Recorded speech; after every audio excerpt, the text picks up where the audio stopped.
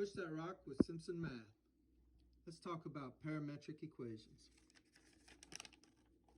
Parametric equations are sets of equations that use a parameter to generate coordinates. In this case, we're going to deal with the two-space situation where we just have x and y as our coordinates, and we're going to use theta as our parameter variable.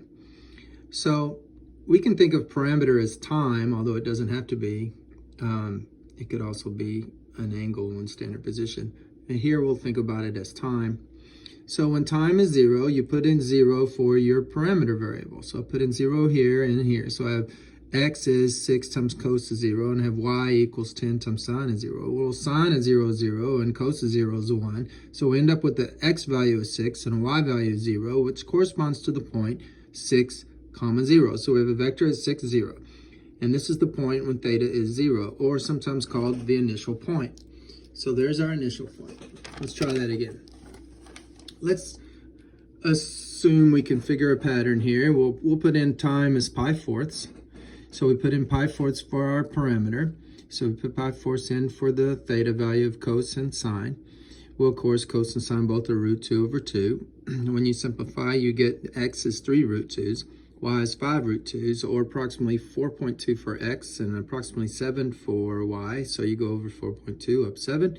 And there's your next point, a later point from this point. Now, I'm assuming that if we did parameter values between 0 and pi fourth, we'd get points right in here. That's a big assumption. We will show that that assumption is probably correct in a little bit, but that's a big assumption there. If you're unsure, well, then pick other values between 0 and pi fourths to make sure that you're getting points along here. But notice we have this sense of movement. Like we started here and then we went here. That's something we normally don't get when we draw a graph. Like if I draw a graph of a parabola, I draw it and then it's done and it's just a static picture there. Here I'm going to get a more dynamic picture because I draw this little arrow to show, oh, it went from here to there. So it kind of gives this sense of dynamism, if that's a word, and this sense of movement. Let's do another point. Let's go to pi halves for time. So approximately 1.5 seconds if we're doing seconds or hours, whatever the time unit is.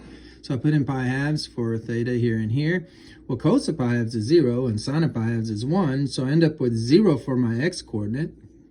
And I end up with 10 for my y coordinate. And so now I have a point up here. So it looks like we're moving from here, 6 on the x-axis up to 10 on the y-axis. Wonder. Now, the way you keep graphing this is you just go and so on. So you pick another later value for the theta and plug it in and get another point and so on and so on and so on. But I'm wanting to cut corners. Not that you always will, but in this case, I'm going to cut corners. What I'm going to do is eliminate the parameter. Eliminate the parameter. I should have wrote that phrase down. The way I'm going to do that here is I'm going to solve for cos theta and solve for sine theta. So I divide by 6 and I divide by 10.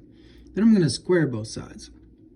So I square this, I get x squared over 36. I square this, I get y squared over 100. And of course, cos squared is cos squared, and sine squared is sine squared. Now I'm going to add these two equations together. So when I add the left sides, I get this fraction added to this fraction. There you go. When I add the right sides, I get cos squared plus sine squared, which is famously, by the Pythagorean identity, cos squared plus sine squared is 1. And so we see we have an ellipse, and that's exactly what our shape was taking place. It looked like an ellipse that we were graphing.